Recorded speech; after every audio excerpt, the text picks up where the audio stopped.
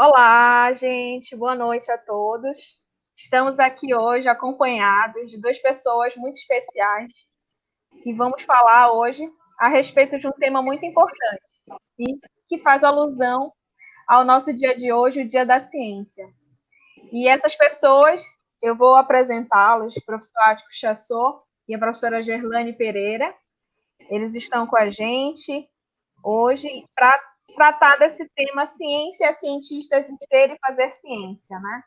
Hoje, pelo Dia Nacional da Ciência, a gente convidou duas pessoas que estudam a educação científica e que trabalham nessa área há anos para poder somar com a gente. Falar um pouquinho do currículo do professor Ático Chassot. O professor Ático Chassot, ele é professor desde 13 de março de 1961. A Universidade Federal do Rio Grande do Sul é o lugar onde ele se formou, sendo lá licenciado em Química, cursado seu mestrado em Educação e também doutorado em Ciências Humanas, sendo também professor titular lá do Instituto de Química da Universidade do Rio Grande do Sul. Foi professor da PUC Rio Grande do Sul, da UBRA, da Faculdade Porto Alegrense, da Unicinos, onde coordenou o programa de pós-graduação da Unisale, na URI de Frederico Westphalen e do Centro Universitário Metodista IPA. Tem pós-doutoramento na Universidade Complutense de Madrid e foi professor visitante também da Aalborg Universität, na Dinamarca. Atualmente é professor e pesquisador orientador de doutorado na REAMEC, que é a Rede Amazônica de Educação em Ciências e Matemática, e é professor visitante sênior da Unifespa. Ele é autor de vários artigos científicos, dezenas de livros, inclusive sou uma das pessoas que tem muito dos seus livros, e que é dedicado também a tratar da alfabetização científica, sendo uma referência nessa área. E ele tem mais uma observação aqui, né, no currículo do professor Ático Chassot, que é vastíssimo. Ele tem um blog dedicado à alfabetização científica e toda sexta-feira ele tem um post que há mais de 13 anos ele vai publicando, né? E que geralmente ele nos brinda com as suas vivências, as suas experiências, principalmente nessa área que ele adotou e na sua carreira de trabalho, que é a educação científica. Professora Gerlane, aqui é a nossa professora da Universidade do Estado do Amapá, é professora adjunta da universidade, no Colegiado de Ciências Naturais. Ela é doutora e mestra em Educação em Ciências e Matemática pela Universidade Federal do Pará, Instituto de Educação Matemática e Científica em ENSE, licenciada em bacharel em enfermagem pela Universidade Federal do Amapá, licenciada em Ciências Biológicas, em Pedagogia, tem especialização em Políticas de Gestão e Financiamento da Educação na UFPA e em Unidade de Terapia Intensiva pela Faculdade de Tecnologia Internacional. Por que a professora Gerlane está com a gente hoje? É uma pessoa que tem experiência na área educacional, atuando no ensino de ciências, com ênfase nas relações entre ciência, tecnologia e sociedade, e atualmente ela desenvolve pesquisas nas seguintes temáticas: cinema, ensino de ciências, controvérsias sociocientíficas e argumentação no ensino de ciências.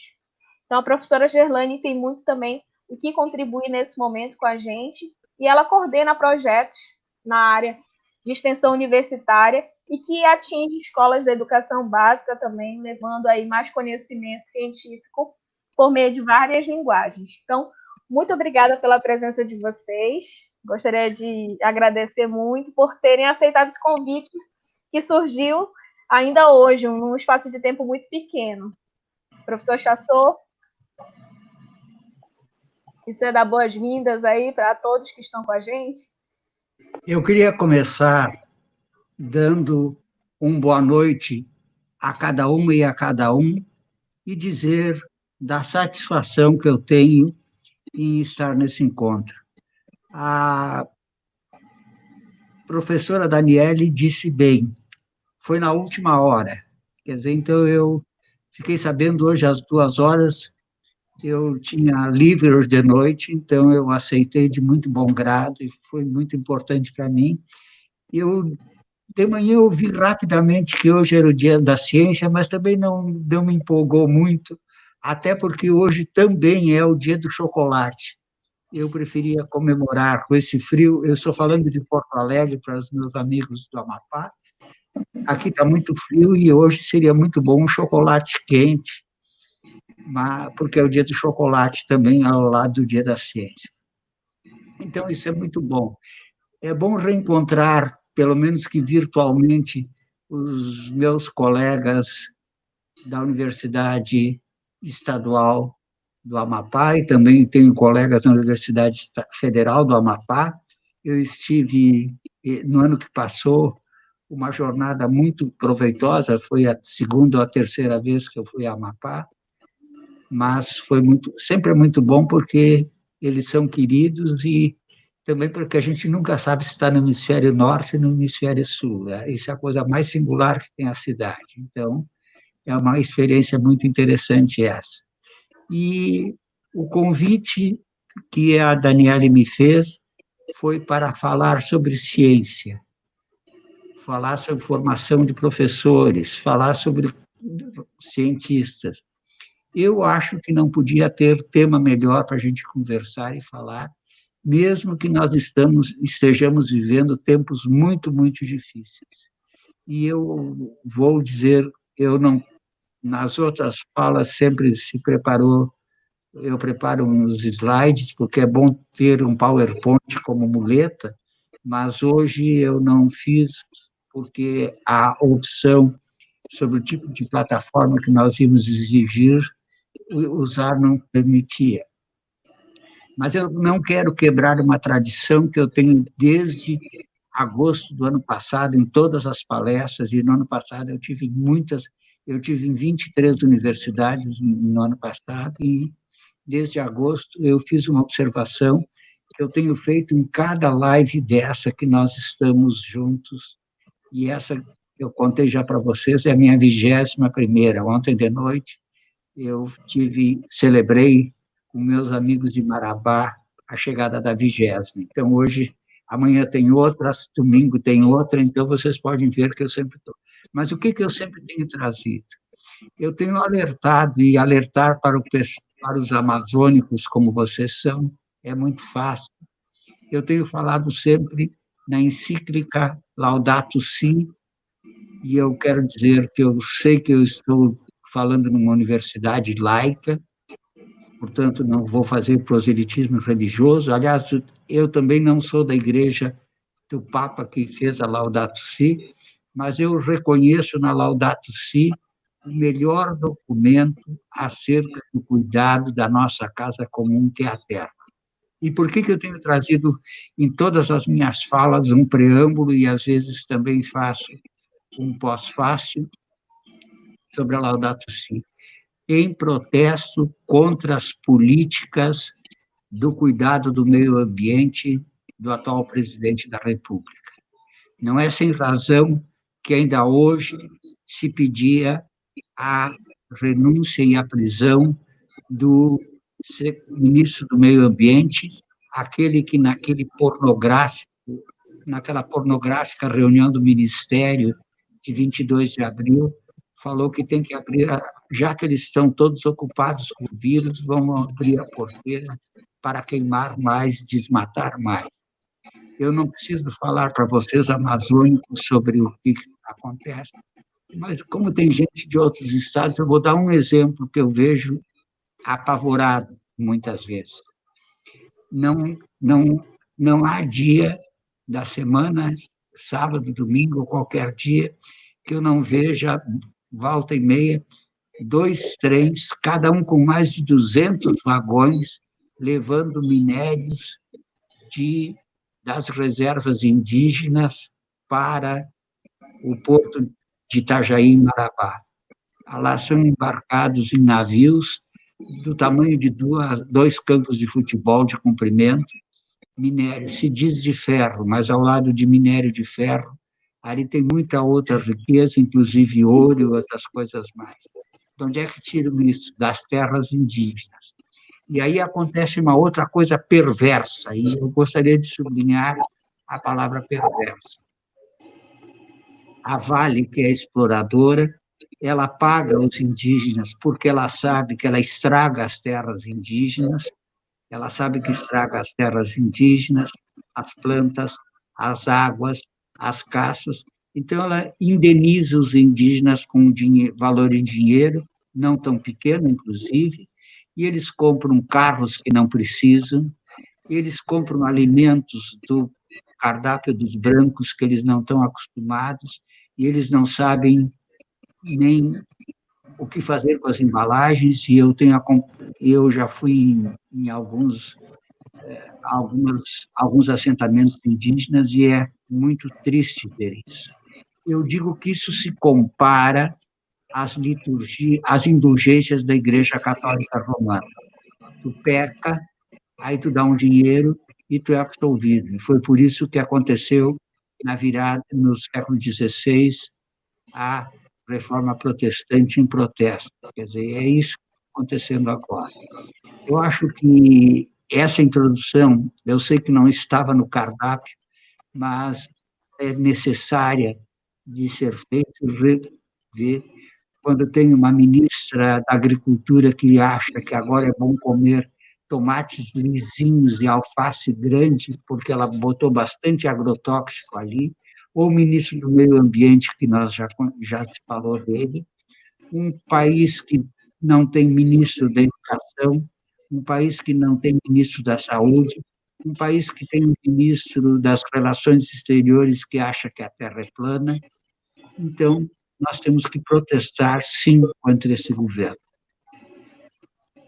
Eu acho que no meu preâmbulo de fala inicial, eu falei, acho que talvez, não sei, professor Gislaine faz agora a sua abertura e depois trocamos ideias sobre os pontos trazidos pela professora Daniele.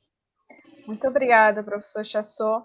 Eu vejo que a sua colocação já demonstra que, como o nosso contexto não tem como não trazer a baila esses pontos, esses elementos, e fico feliz que essa sua posição de protesto, com certeza, é em vista de que hoje também existem discursos aos quais estão tentando enfraquecer a ciência, enquanto a ciência é algo a ser valorizado, e as pessoas que fazem ciência também há um ataque em relação a essas pessoas hoje. Professora Gerlane, então vamos lá, seu momento aí de dar a abertura da boas-vindas a todo mundo que está na live e que estão nos acompanhando. Apresentar a professora Gerlane, professora da nossa universidade. Fique à vontade, professora.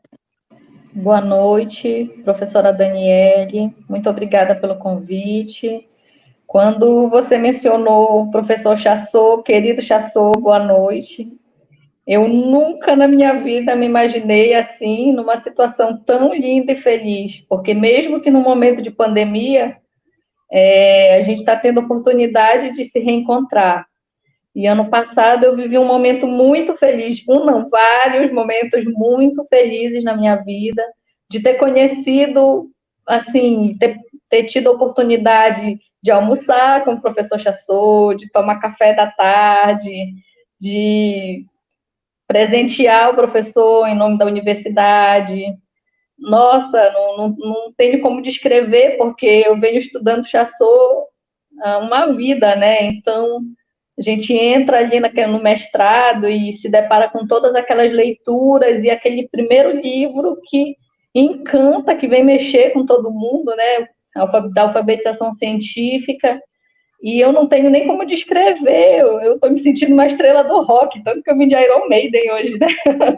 Mas eu vou mandar fazer uma camisa do Chassot para eu usar nessas ocasiões, porque para mim é uma felicidade, nossa, sem igual. Então, estou com frio na barriga aqui. E assim, das pessoas que me conhecem sabem que eu não tenho toda essa facilidade com as tecnologias, e eu agradeço todo o suporte que eu estou recebendo, né? O professor Chassot está na 21ª live dele, essa é a minha primeira. Então, é um aprendizado muito grande, e eu compartilho com a sua fala, professor Chassot e professora Daniele. Nós vivemos um momento de ciência que a gente nem tem tanto que comemorar, porque a ciência está passando por esse processo de desvalorização. É muito triste a situação política em que o país se encontra. Acaba que não tem como a gente desvencilhar esse tipo de conversa, porque a próprio referencial de estudo ICTS vem nos mostrar, né, as interações entre ciência, tecnologia, sociedade, e a gente, enquanto formador de cidadania, também é nosso dever, é nossa função social, falar, comentar sobre essas questões políticas, sociais, éticas, enfim, uma multiplicidade muito grande de questões enquanto professores formadores. E eu coaduno com esse processo, com esse protesto, de que nós estamos num momento muito complicado em relação a tudo, saúde, educação, segurança. Hoje eu recebi uma notícia de que mais uma jovem moça foi assassinada aqui no nosso estado, então mais um caso de feminicídio por um policial. Poxa, é tão triste, né, a gente vê essas coisas, e talvez a gente nem tenha muito que comemorar por conta de toda essa situação social, a situação política, mas a gente está na luta, a gente está aqui tentando fazer ciência, tentando se adaptar a esse momento que nós estamos vivendo na humanidade. É um momento ímpar. Eu assisti uma entrevista muito interessante de um psiquiatra, que ele disse que ele não esperava que a humanidade fosse sair melhor dessa situação, de pandemia e tudo mais, né? Que ele esperava que as melhoras fossem individuais, porque tem gente que vai conseguir tirar proveito da situação, que vai conseguir melhorar enquanto pessoa, enquanto ser humano, e outras pessoas, no entanto, não vão. Então, eu achei bastante interessante essa fala dele, porque a gente acaba aqui atribuindo ao ente ciência uma responsabilidade muito grande. Ora, se não se valoriza a ciência, é muito fácil se cobrar que tenha uma vacina rápida, de produção rápida, que se encontre um fármaco. É muito fácil se cobrar que determinados estudos, primeiro sai um estudo que fala uma coisa, depois outro estudo que fala outra coisa. Não é fácil. Ciência feita às pressas, nós temos que ter bastante cautela. Então, é muito fácil a sociedade, os políticos, enfim, cobrarem dos cientistas, da produção científica, que se tenha um imediatismo muito grande para resolver a situação. Sim, nós vamos resolver a situação da pandemia por meio da ciência. A ciência está aqui para nortear, para guiar as pesquisas e tudo mais. Mas eu coloco esse questionamento, né, nessa fala inicial. Como a gente consegue fazer ciência sem investimento, sem valorização, com corte de bolsas muito grande, sem ter-se uma preocupação? Vivemos num país onde temos uma minoria de mulheres cientistas, temos as desigualdades muito grandes de acesso e também permanência nas universidades. Mães, não é fácil ser mãe, ser cientista, conseguir conciliar toda essa questão da maternidade com a produção científica, com a produção dos artigos, para a gente conseguir publicação em revistas qualizadas. A gente precisa realmente de uma dedicação de tempo muito grande. Então, a minha fala é no sentido de complementar toda a importância da fala que vocês dois já fizeram, de que é necessário investimentos, de que nós temos que lutar pela ciência, apesar de não ter tanto que comemorar pela situação política que nós estamos vivenciando no país, mas sim, nós vamos continuar lutando para fazer ciência, para levar o conhecimento científico para todas as pessoas, para o cidadão. E eu fico até nervosa, né, tendo o professor Chassot aqui. Eu sou muito tiete, tá, professor? Não se incomode com isso, não.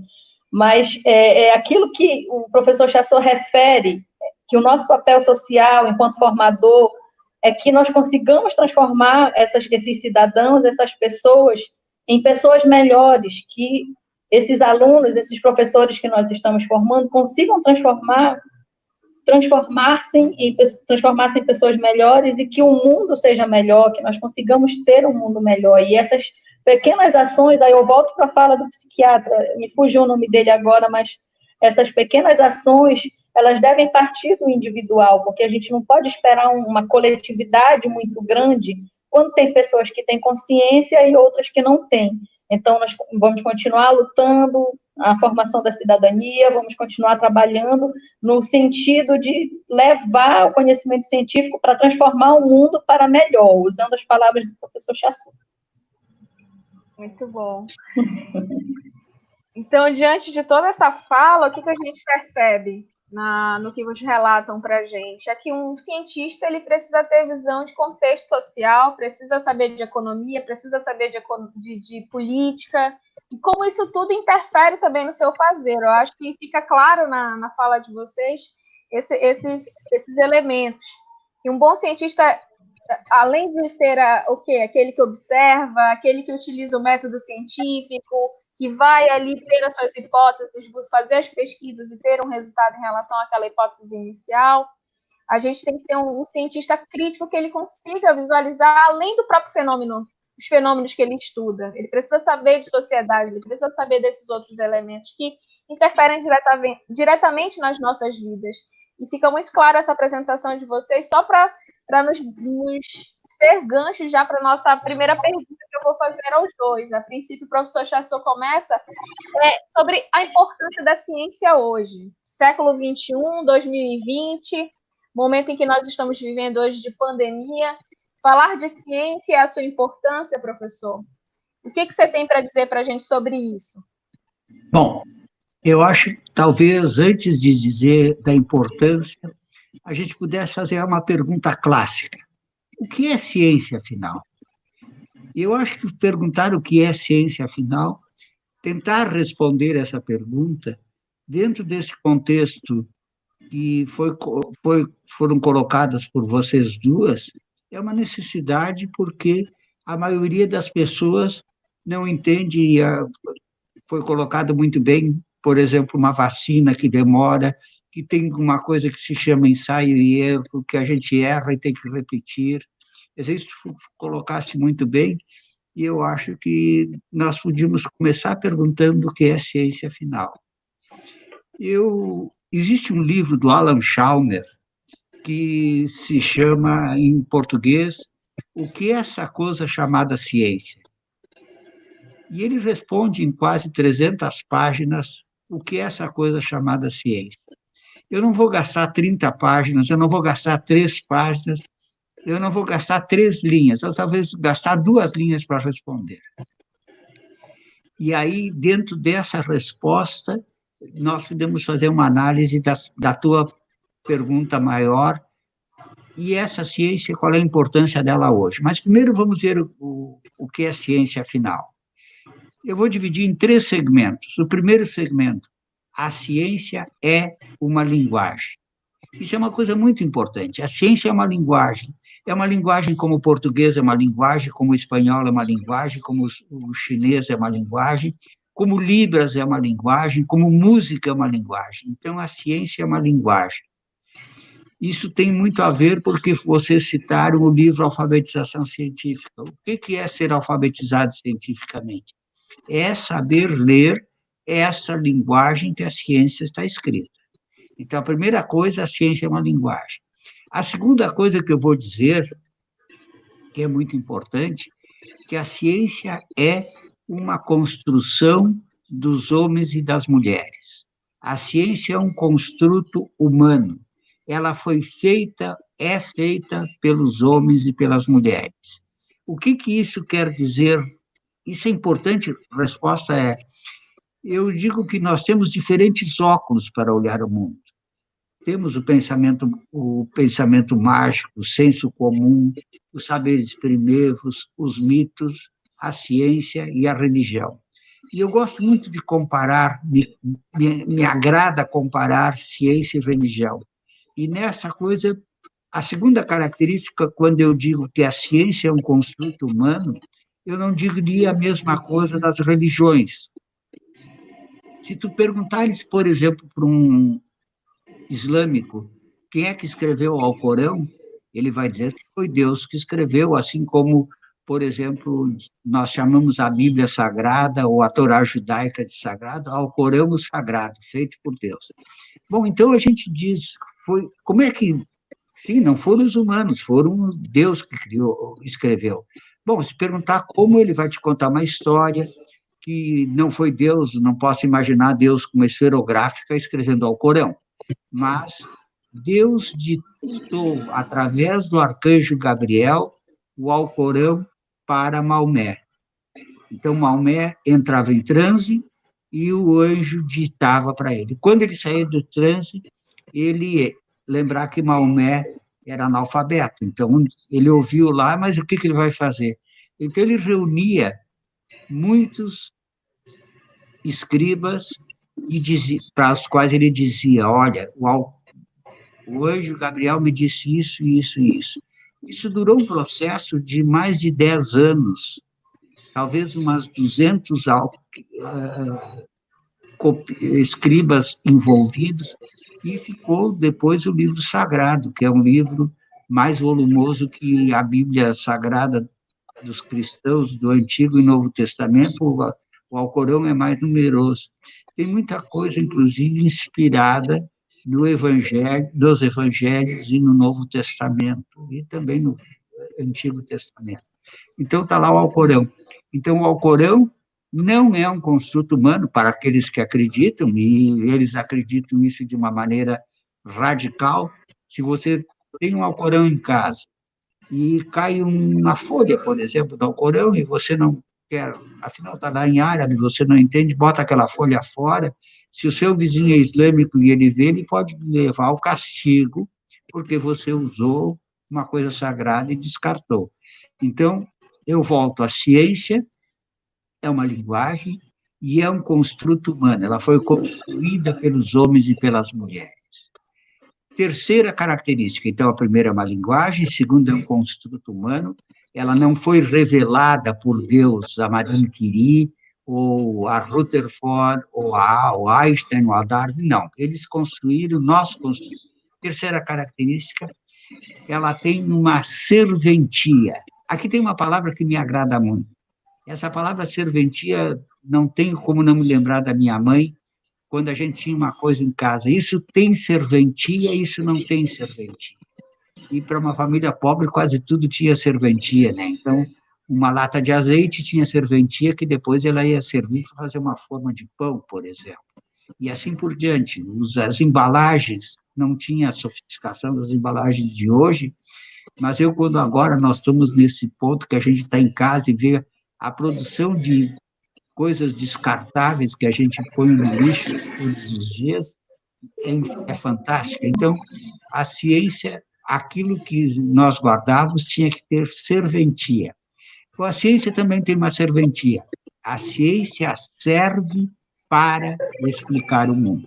Então, completei a minha resposta. A ciência é uma linguagem construída pelos homens e pelas mulheres para explicar o mundo natural. Por que agora está escuro aqui, em Macapá também está escuro? Por que daqui mais umas horas lá vai ficar claro antes do que vai ficar claro aqui? Por que o sabão tira a sujeira? Ou por que o sabão faz espuma? Ou por que o leite, quando ferve, derrama e a água não derrama? Tudo isso a ciência explica. A ciência faz explicações. Então, ela tem serventia para explicar o mundo natural. E é claro que nem sempre ela consegue explicar tudo, mas ela faz coisas fantásticas.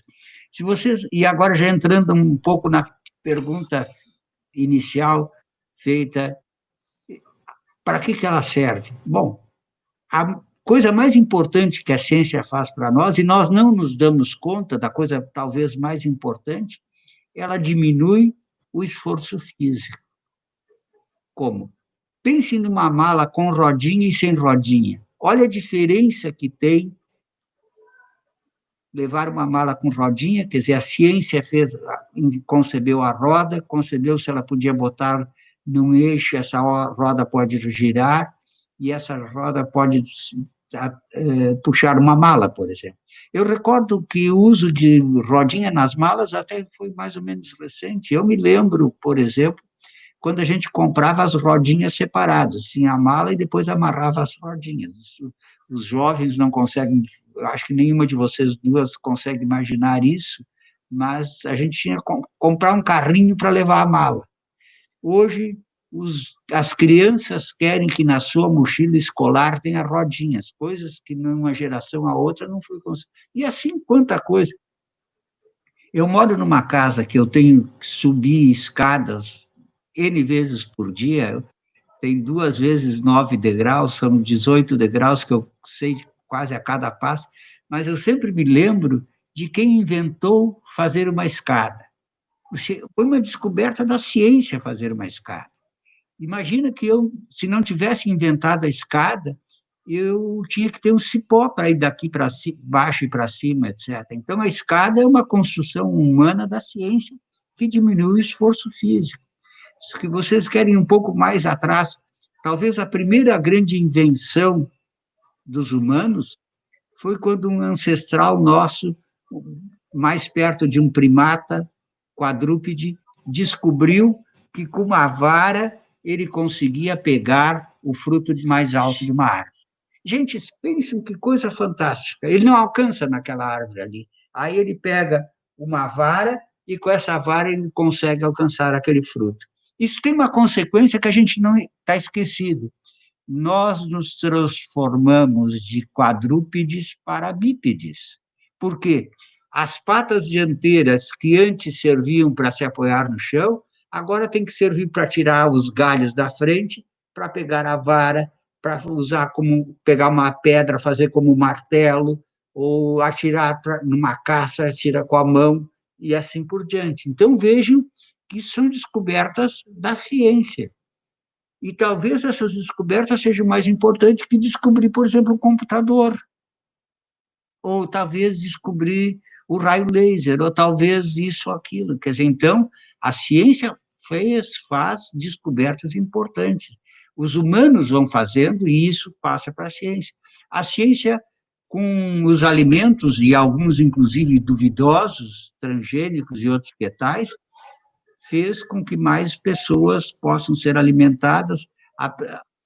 Tu falaste há pouco em fármacos, os fármacos, por exemplo, nos dão esperanças de ampliar a nossa vida. Hoje já se faz próteses, então tem próteses, até as mais radicais, por exemplo, fazer uma prótese de rosto quando uma pessoa é acidentada que perde a face, ou outra prótese.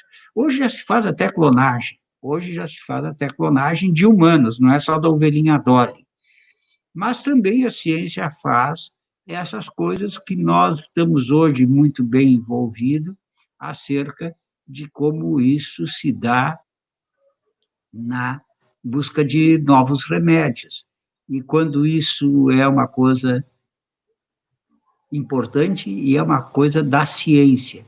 E talvez uma das coisas que nós temos ouvido muito hoje em dia é a negação do valor da ciência. Nós temos um presidente da República que não tem nenhuma formação em medicina, ele não sabe nenhuma formação em medicina, e ele se põe a contrariar o Conselho Nacional, o Conselho Mundial de Medicina, a Organização Mundial da Saúde, perdão, eu retifico, Organização Mundial da Saúde. Quer dizer, então, um presidente que é capaz de fazer isso, ele é, antes de mais nada e acima de tudo, um genocida. E ontem, quando nós recebemos a notícia que ele estava doente, infectado, a maioria de nós disse o seguinte: pediu e levou. Ele pediu, ele foi buscar, ele quis ficar doente. Está provado que sim. Olha, cada vez, ainda no sábado passado, foi para Minas Gerais, lá agarrou criancinhas no colo, abraçou crianças, não usou máscaras, quer dizer, então ele pediu para ficar doente. E ele ainda quer, a primeira coisa que ele disse que ele está tomando cloroquina, quer dizer, então ele ainda quer mostrar que o remédio dele o salvou. E nós não estamos torcendo para que não salve, mas que ele podia ganhar um bom castiguinho de ter chamado isso de gripezinha, podia. Mas então nós vemos que a ciência hoje é uma situação importante. E por isso nós não entendemos como alguém possa dizer, por exemplo, que a Terra é plana quando tem evidências. A ciência vive de evidências. Quer dizer, então, nós, se olharmos lá, Aristóteles há 2.400 anos, já construiu um modelo equivocado, é claro, onde ele botou a Terra no centro e os outros planetas girando ao redor do Sol, mas tanto a Terra como os demais planetas são esféricos, e qualquer um de nós não precisamos nem ser astronauta. Se nós estamos na beira da praia e vemos um navio avançar para o lado contrário à praia, nós vamos ver que, de repente, nós não vamos ver a parte de baixo, vemos só uma parte do navio, até que o navio desaparece todo. Caiu num abismo? Não. Ele circulou e pode chegar lá do outro lado da Terra. Então, eu acho que, como primeira parte, não sei se a nossa coordenadora considera respondida a primeira parte, e, claro, que agora completada ainda mais, mas eu acho que é isso aí, mais ou menos, o que é ciência e o que a ciência está fazendo hoje. É muito importante essa fala, professor. E nesse momento, professora, muito importante sua fala, professor, para quem não é da área da alfabetização, da área de educação científica, essa sua referência em relação o que é a ciência, afinal, realmente introduz um ponto importante para a gente saber, a gente dá importância para algo quando a gente sabe o valor daquilo. E eu vejo que a sua fala ela acaba levando a gente para isso. Professora Gerlane, qual a importância da ciência hoje, né, como eu falei, no contexto atual, como também já foi na história, caso assim a senhora também entenda como relevante colocar?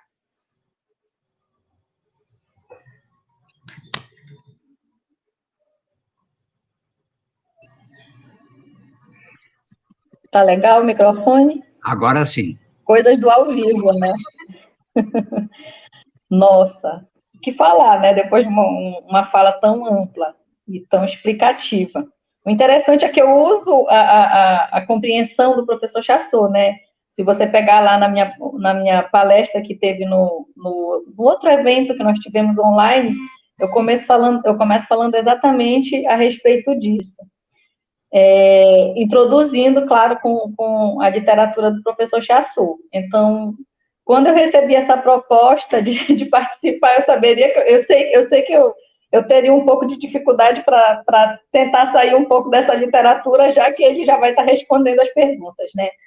Bom, mas assim, falando um pouquinho sobre a minha compreensão, né? A gente sabe que a ciência, ela não promete a redenção humana. Como já foi muito bem explanado, ela simplesmente se ocupa de compreender o funcionamento da natureza. Então, ela é um corpo de conhecimento sobre o universo, né, sobre os seres vivos e não vivos, né, fatores bióticos e abióticos, que vem sendo acumulado através de um constante processo de testes, de pesquisas, de um constante refinamento que a gente convém chamar de método científico. Então, a prática da ciência, ela provê um modo de interagir com o mundo, expondo a essência criativa da natureza. Eu acho isso bastante interessante. Essa é uma fala do Marcelo Gleisi. E o que é que a gente aprende? O que é que a gente depreende disso?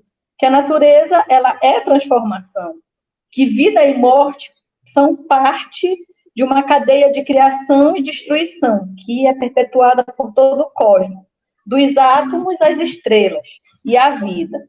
Então, a nossa existência é parte dessa transformação constante da matéria, enfim, do que constitui a natureza. E todo esse elo é igualmente importante, tanto do que é criado quanto do que é transformado. Então, assim, voltando para a fala inicial, como a ciência não pode oferecer salvação eterna, né, como se espera que ela ofereça, muito se fala da imortalidade, de conseguir se alcançar a cura de doenças antes incuráveis e tudo mais. A gente até viu um avanço essa semana, né, pesquisadores aqui brasileiros conseguiram um avanço lá na terapia do HIV. Então, tem ali uma possível cura. Então, o ser humano ele vem buscando isso. A ciência ela não pode oferecer a salvação eterna, mas ela pode oferecer a oportunidade de vivermos melhor, de vivermos livres do medo do irracional, do desconhecido. Então, ao dar ao indivíduo a autonomia de se pensar por si mesmo, a ciência ela vai oferecer uma série de questões, como a liberdade de escolha, enfim. Então, quando a gente transforma o mistério do desafio, a ciência ela aciona uma nova dimensão à vida, e então ela vai abrir porta para um novo tipo de conhecimento, enfim. Então, eu não sei se eu estou conseguindo responder a pergunta, né? A importância da ciência hoje. Não posso perder o foco, não posso ficar nervosa. Então, essa base de todo esse conhecimento que nós estamos acumulando, porque antes não era chamado de ciência, né? Essa construção, tudo isso, não era chamada de ciência, ela tinha outras denominações. Então, isso que o Chassot falou, ela tá muito ligado, porque a decisão do que a gente vai fazer com esse conhecimento científico, em geral, ela é tomada pelos políticos que nós elegemos, né? Pelo menos no caso de sociedades democráticas. Então, a culpa dos usos mais nefastos da ciência, ela deve ser dividida para toda a sociedade. Então, a gente está vivendo um contexto aí que a gente presenciou, né? Os atos de tirar a máscara, de estar contaminado com a doença, de nós termos um representante do Estado maior do nosso país que está contaminado por uma doença que é altamente transmissível, e a pessoa revela que tem a doença, e no final da entrevista ela tira a máscara. Nossa, então, tudo isso são questões que fazem a gente repensar. Será que uma pessoa dessa, será que esse tipo de pensamento, eu não estou falando do presidente em si, mas de toda uma organização política, será que esse tipo de postura, isso aí é uma liberdade, a pessoa tem liberdade, mas a partir do momento que a gente elege um presidente que vai colocar pessoas com esse tipo de mentalidade para gerir um país, então, será que isso seria culpa? Não é culpar alguém, né, pelos usos bons ou ruins da ciência, mas a gente pensa que poderíamos estar numa situação melhor, que não está sendo feito um bom uso dessa ciência, desse conhecimento todo que tem sido construído nesse momento que nós estamos vivenciando. Nós já temos aí países que estão livres da pandemia, que são governados por mulheres, né? Temos várias reportagens, me corrija se eu estiver incorreta. Nós já temos várias reportagens de pessoas de países que são governados por mulheres, Nova Zelândia, que já declararam o fim da pandemia nesses países. Então, qual é a diferença? Essas pessoas elas estão usando a ciência de uma forma mais, digamos assim, séria, trata da ciência de uma forma mais séria. Então, hoje, nesse contexto atual da importância da ciência, nos dias atuais, eu acredito que ela é importante para tudo, sempre foi, mas hoje é no sentido de ter muito cuidado com o que é produzido, de ter muito cuidado, principalmente das pessoas que têm condição, que têm o acesso a esse tipo de conhecimento, de impedir a propagação das notícias falsas, de explicar mesmo, porque as pessoas têm muitas dúvidas. Poxa, se eu sei, não custa eu explicar, né? Então, por que isso aqui faz mal, por que não faz mal? Então, hoje, eu acho que a gente está vivendo num momento que a gente precisa desse cuidado, a gente precisa conseguir alcançar as pessoas por meio da ciência, já que a gente já tem uma formação, uma alfabetização científica, a gente precisa conseguir alcançar as pessoas para que esse tipo de coisa, de informações incorretas, vários exemplos que o professor Chassot citou aí, né? E eu, inclusive, brinquei numa entrevista que eu dei lá no programa do Isaac, disse, gente, não vão passar vergonha por aí, compartilhando coisa de terra plana, né? Até vergonhoso, em pleno século XXI, a gente ter esse retrocesso aí no pensamento. Então, a gente deve usar a ciência para o bem, para melhorar a qualidade de vida das pessoas. Tem que usar a ciência ao nosso favor. Eu não sei se eu consegui responder. Sim, não. Respondeu tão bem que eu vou sugerir à professora Daniele que para outra mesa que ela te botar seja com Marcelo Gleiser, para estar na altura de si, não comigo. Professor! Bom, sim. Tu vais fazer um comentário, Daniele? Quero fazer um comentário, não tem como ficar instigada com vocês, eu fiquei muito com a fala dos dois, Mas o que a professora Gerlane coloca para a gente é esse confronto hoje que tem em relação à ciência, no contexto nacional, né, brasileiro, de você desvalidar ou mesmo negar a importância do científico, em detrimento, às vezes, de conhecimentos aos quais não tem toda a metodologia científica inserida nesses conhecimentos, mas são conhecimentos, às vezes, que é justamente que dão vazão às fake news. Eu posso e isso complementar acaba sendo um isso? problema da ciência hoje, de algum modo. Isso, sim, professor, fique à vontade. Eu acho que é bom a Não, gente eu falar um pouco queria... sobre essa relação de verdade. Pois é, isso eu queria entrar também. Eu tenho um excelente exemplo. Eu Sim. tenho um aluno de pós-doutorado que nós fizemos uma live, eu e ele disse uma coisa, e porque o Daniel Soares disse isso em público, eu vou repetir, dando-lhe autoria, porque se alguém qualquer me dissesse, eu não acreditaria. Exemplo da negação da ciência.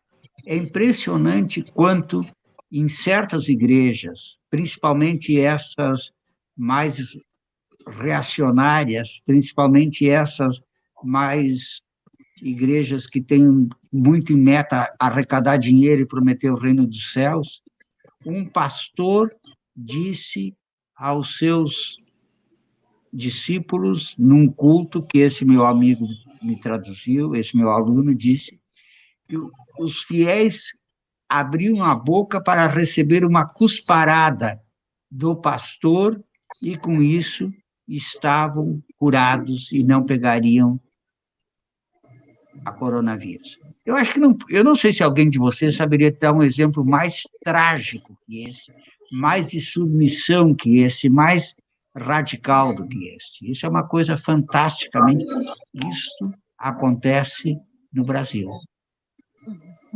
E aí talvez eu devesse fazer, e eu acho que nós temos tempo para isso ainda, uma breve comparação entre ciência e religião, porque isso é importante e eu jamais vou querer atrapalhar a fé de alguém. Se eu fosse poderoso, capaz de atrapalhar a fé, sabem o que eu ia fazer? Eu ia fundar uma igreja.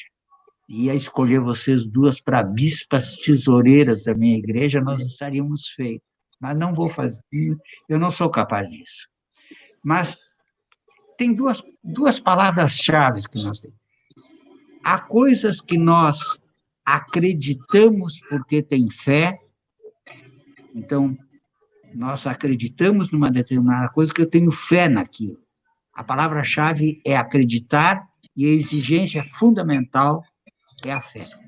Há outras coisas que nós entendemos porque nós usamos a razão. Eu vou dar um exemplo. E provavelmente esse programa não é assistido por crianças, então eu não vou derrotar mitos. Eu vou contar só para vocês duas, e que estão me ouvindo. Eu acredito em Papai Noel. Eu acredito em Papai Noel. Ah, mas sim, o Papai Noel vem lá do hemisfério norte. Como é que ele vem? Ah, bom, ele vem com duas renas, ele não podia ser puxado um trenó até aqui nem tem, mas ele vem. Cada Natal, eu me lembro, sempre no Natal ele vem até uns dias antes. Eu me lembro que quando era pequeno, nós até juntava pasto para deixar para o burrinho, que ele vinha de burro na minha infância. Agora ele já vem de trenó, mas ele existe. Ele dá cada ano presente, em geral ele dá presentes melhores para os mais ricos e para os mais pobres ele dá presentes de pobre.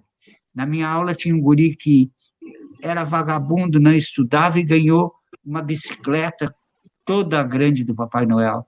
E eu não ganhei nem um patinete que eu queria. Mas eu acredito em Papai Noel. Por quê? Porque eu tenho fé que Papai Noel existe. Agora, olhem as coisas da ciência. Qual é o verbo-chave da ciência? O verbo-chave é o verbo entender. Há coisas que eu entendo não porque eu tenho fé, eu entendo porque eu uso a razão. Eu estou lá cozinhando, tem leite no fogo, eu acredito que se eu não cuidar, o leite vai derramar. Mas ele vai derramar não porque eu conheço porque eu rezo, ou porque eu acredito, leite derrama, ou água não derrama, eu rezo. Não. O leite derrama porque eu sei que tem moléculas de gordura dentro do leite, e com o calor essas moléculas aumentam o volume, e com isso elas chegam mais alto e arrastam outra gordura do leite para fora, que é a nata, etc, etc, por isso derrama. Podia falar como é que o sabão tira a sujeira, como é que é mais importante usar 2 ou 3 gotas de detergente do que usar muitas colheres de detergente. A ciência me explica isso, mesmo que multiplique-se os talheres na pia, como nós conversamos hoje, né, sobre isso. Mas, então, há coisas que eu acredito porque eu tenho fé. Eu tenho fé que existe Papai Noel. Eu não posso dizer que eu tenho fé que o leite vai derramar. Eu não tenho fé. Eu entendo porque ele derrama. Se o leite não derramar, tem alguma coisa errada, não deve ter gordura no leite, ou não deve ter isso, não sei o quê. O sabão tira a sujeira, eu acredito que sim. Eu acredito que se possa fazer uma vacina que seja capaz de destruir vírus, por exemplo. Eu sei, eu tomei vacina contra a gripe esse ano, porque eu sei que isso vai me proteger das cepas que tem na vacina, das gripes que estão por aí. Eu provavelmente serei protegido, não porque eu rezei e fiz promessa, mas eu acredito porque eu sei uma explicação biológica por que isso deve acontecer. Então, olha aqui, ó. Ciência e religião são 2 óculos que têm pressupostos fáceis. A ciência tem verdades transitórias, a religião tem verdades eternas. Eu não posso mudar. Existe uma coisa nos livros. Vejam as 3 grandes religiões abraâmicas: o judaísmo, o cristianismo e o islamismo. Olhem essas 3 religiões abraâmicas, todas elas são 3 grandes monoteísmos, e todas elas têm livros sagrados: a Torá judaica, a Bíblia cristã, o Alcorão. O que garantem esses livros sagrados? Garantem que ali está assegurada a ortodoxia e eu não posso mudar. Eu não resisto, mas eu tenho que contar rapidamente uma historinha da ortodoxia da crença. Uma vez eu estava dando aula e comentei na aula o seguinte: Jonas foi mandado por Deus para pregar em Nínive. Aí, quando ele foi para pregar em Nínive, ele disse: o povo de Nínive é muito inteligente e não vai acreditar na minha fala. Então, o que eu vou fazer? Eu não vou para Nínive, eu vou para Tarsis, numa direção oposta. E pegou um navio numa direção oposta. De repente, o navio enfrentou uma grande tempestade, estava quase afundando. O comandante do navio disse assim: há alguém entre nós que fez uma coisa errada e por isso Deus nos está castigando e nós vamos afundar. Aí Jonas, que era um cara muito legal, disse: olha, fui eu que desobedeci, eu não devia editar, eu devia estar indo para Nínive, estou indo para Tarsis. Então, atira-se o Jonas no mar e a tempestade serena e seguem tranquilos. E aí eu disse assim: e Jonas foi engolido por uma baleia. Aí um aluno, professor, deixa eu lhe dizer, o Jonas não foi engolido por uma baleia, porque a baleia tem uma garganta muito pequena e não iria passar o Jonas. Ele foi engolido por um peixe muito grande. Quer dizer, isso é um fundamentalista religioso. Quer dizer, o peixe e a baleia ali, quantas vezes, essa história deve ter mais de 4, quase 4.000 anos, talvez, quantas traduções foram feitas, e baleia foi peixe, o peixe foi esse, foi um peixe grande, o peixe... Quer dizer, é o fundamentalista religioso que quer a ortodoxia. Eu vou dar um exemplo. Por exemplo, há um dogma muito querido pelos cristãos, não muito bem justificado, não com muita consistência na Bíblia, mas que é o dogma da Trindade. Um Deus em 3 pessoas: Deus Pai, Deus Filho e Deus Espírito Santo.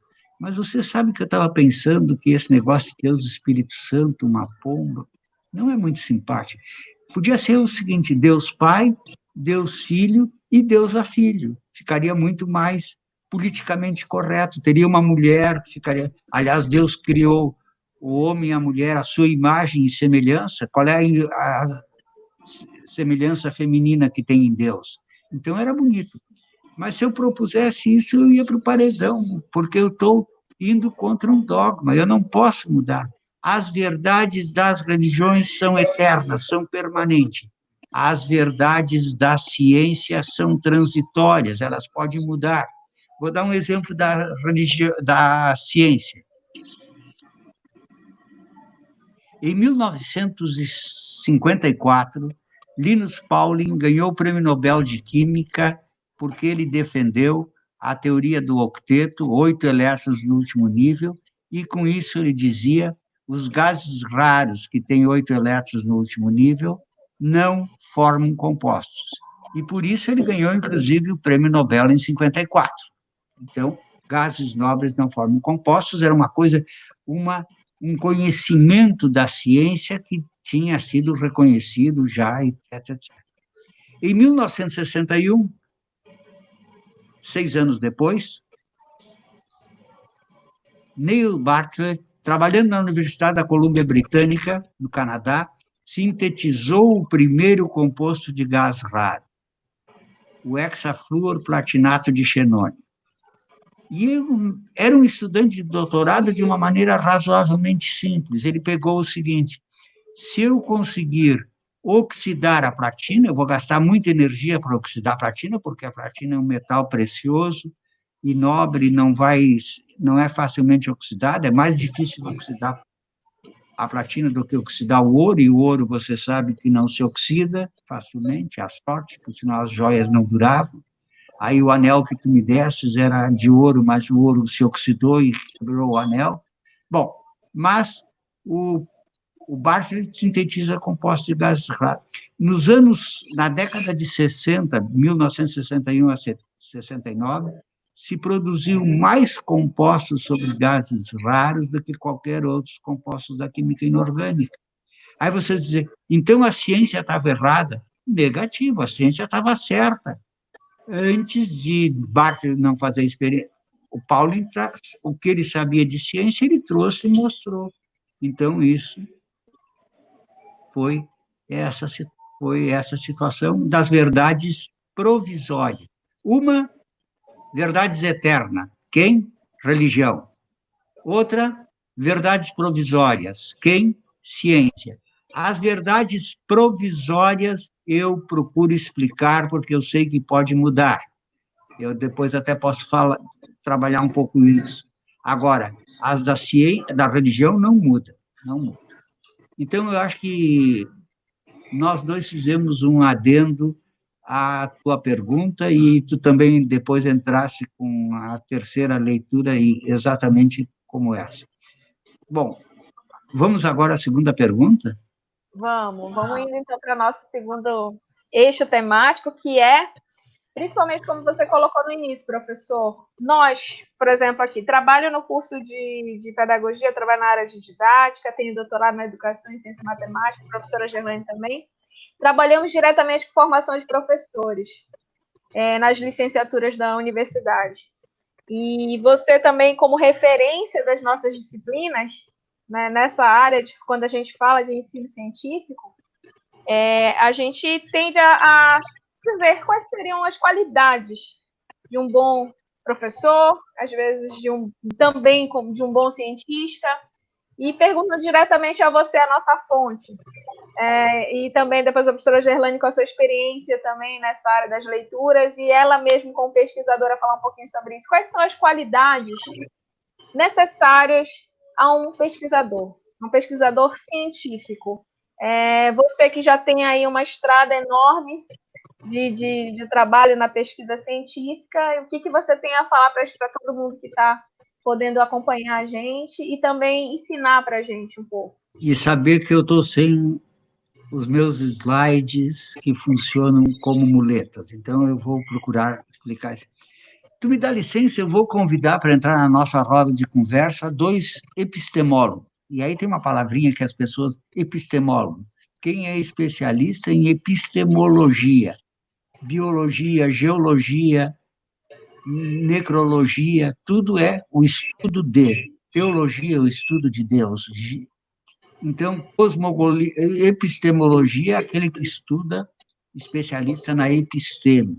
Episteme é uma palavra muito bonita dos gregos para dizer o que era o saber. Então, isso é episteme. Um epistemólogo estuda como se dá esse saber, como ele é construído, como ele é narrado, como ele é trabalhado e outras coisas mais. Os dois que eu vou convidar são talvez os dois, para mim, mais importantes epistemólogos do século XX. Um deles é Thomas Kuhn. Thomas Kuhn é um estadunidense que nasceu em 1994 e morreu, 1992 e morreu em 1996. Então, 24 ele nasceu, não, 22 ele nasceu e em 94 ele faleceu. O outro é Paul Feyerabend, um austríaco que nasceu em 1924 e morreu em 1994. Então, os dois são autores de livros importantes. O Kuhn, autor de um livro que se chama Estrutura das Revoluções Científicas. O Feyerabend já passou de raspão hoje quando alguém falou em método científico. O Feyerabend é contra o método. Ele abandona o método científico e recebe e usa qualquer método. Então, vamos falar a contribuição desses dois nossos convidados. O Kuhn diz o seguinte: fazer ciência é como montar um quebra-cabeça. E a regra básica do quebra-cabeça é que não pode faltar peças e não pode sobrar peças. Se faltar peças ou sobrar peças, o quebra-cabeça está errado. Então, o Kuhn diz o seguinte: fazer ciência é como montar um quebra-cabeça, só que pode faltar peças e sobrar peças. Porque se eu fizer igual, eu não vou fazer nada de novo. Eu já vi, não sei se vocês conhecem essa prática, de gente que fez um quebra-cabeça de 2.000 peças ou 1.000 peças, achou que tinha feito uma coisa maravilhosa, até mandou emoldurar e botar na sala. Eu sempre digo, pode botar na sala, mas não convide o Kuhn para vir aí, porque ele vai olhar, vai dar um sorrisinho, diz, como? O cara não fez nada de novo, ele apenas copiou o que estava na tampa da caixa. E agora eu vou trazer aí da Kuhn uma outra palavra dele, é o paradigma. O paradigma é o modelo. Onde é que está o paradigma na história do quebra-cabeça? Na tampa da caixa. Eu olho onde tem lago, onde tem terra, onde tem água, etc. Então, eu vou copiando. Então, o que nós estudamos? Nós estudamos toda vez que tem um paradigma e esse paradigma não serve mais, não explica mais, tem que mudar. Então, esta é a visão que tu perguntaste para o Asenar, do bom professor, que ele aceite as mudanças e que ele saiba dizer, isso talvez é uma regrinha básica, mais vezes ele saiba dizer, em vez de dizer isto é assim, ele dizer, provavelmente é assim, talvez seja assim, é provável, quer dizer, admitir que não tenha a certeza, mas as incertezas. O outro epistemólogo que eu disse que eu ia trazer é o Feyerabend, Paul Feyerabend, que diz o seguinte: a verdade de hoje pode se transformar num mero conto de fada. E a história mais popular e mais corriqueira pode se transformar na mais sólida peça da ciência. Então, o que é ciência poderá ficar um conto de fada, e o que é conto de fada pode voltar a ser ciência. Nós temos exemplos que todos nós conhecemos. Lembram há uns anos atrás como a homeopatia curava tudo e as pessoas deixavam de tomar outros remédios, antibióticos, etc., porque acreditavam, e ainda tem gente que acredita na homeopatia, mas é muito complicado para nós imaginarmos, pega aí 1 mililitro de um substrato, põe num litro de água, dali tira 1 mililitro e dilui em mais 1.000, e mais 1.000, e mais 1.000, aí dizer que esse solvente ficou na sua memória impressionado coisas daquilo absoluto que tinha ali dentro. Isso é complicado de aceitar. Então, hoje, eu não sei como é que nasce com você, mas a homeopatia está desacreditada. A mesma coisa no sentido contrário. Eu falei que uma coisa se esborou e outra coisa que nem quem acredita passa a ser ciência. Há um tempo atrás, fazer acupuntura era uma prática charlatã. Se alguém fazia acupuntura, podia ser preso, levado para a cadeia e outros que tais. Hoje, o Conselho Federal de Medicina aceita a acupuntura como uma especialização médica. Tem médicos que são só acupunturistas. Aliás, eles foram tão donos da verdade que queriam até que só eles pudessem ser um outro profissional, alguém que faça, por exemplo, outras práticas. Um dentista, por exemplo, pode usar a acupuntura, os médicos queriam que não pudesse. Então, eu acho que eu respondo um pouco à tua pergunta quando tu queres saber as exigências. São professores que devem ter sempre presente que os seus credos não são credos. Não existe credos assim. Senhor, fazer que eu acredito que tem um átomo, em roda desse átomo tem alguns elétrons. Eu não acredito. Não é? Eu tenho que entender como é que se dá isso. Eu tenho que entender por que a Terra não é plana. Não é, não é uma crença. Imagina se nós fôssemos todos olavistas, essa aula não podia ser dada, porque eles só creem em bobagens. Eu acho que eu respondi um pouco. Eu acho que isso aí diz respeito muito a essas linhas divisórias hoje que estão entre a ciência e a não ciência, e a repetição de inverdades que podem se tornar verdades pela sua performance dessa repetição, né? Quando a gente fala... Exatamente. É aquele fiel que acredita que se o pastor cuspir na minha boca, isso é o melhor remédio. Isso, e aí faz essa associação mesmo. Professora Gerlane, agora, para você, uma cientista, doutora, né, recentemente eu e você somos, para a gente, assim, o que faz um bom pesquisador científico, pela sua vivência, pela sua história de vida também, o que você coloca como qualidades desse profissional, que é um profissional que precisa ali estudar muito, ler muito, né? E leva um tempo de formação para isso, e às vezes o seu discurso é desqualificado para pessoas aos quais não têm essa formação. Mas vamos então falar quais são essas qualidades e qualificações para uma pessoa ser um bom pesquisador, por exemplo? Bom, o que falar? Gente, eu quero pedir desculpa, porque eu tenho um bebê em casa e eu tenho uma gatinha que tá dodói, então... Aí, se vocês estão escutando algum barulho aqui, é porque eu estou gravando no celular, e desculpa mesmo. E dispara alarme, tem toda essa confusão. Posso fazer um comentário sobre isso? Pode. Esses dias, a professora Silvia Chaves, que vocês conhecem, me mandou uma história de como preparar uma live. Tem que ter criança que chora, tem que ter cachorro ou gato que mia, tem que ter parede que não está completa. Estou no caminho certo. Tem que passar alguém em servir tubaína ainda também.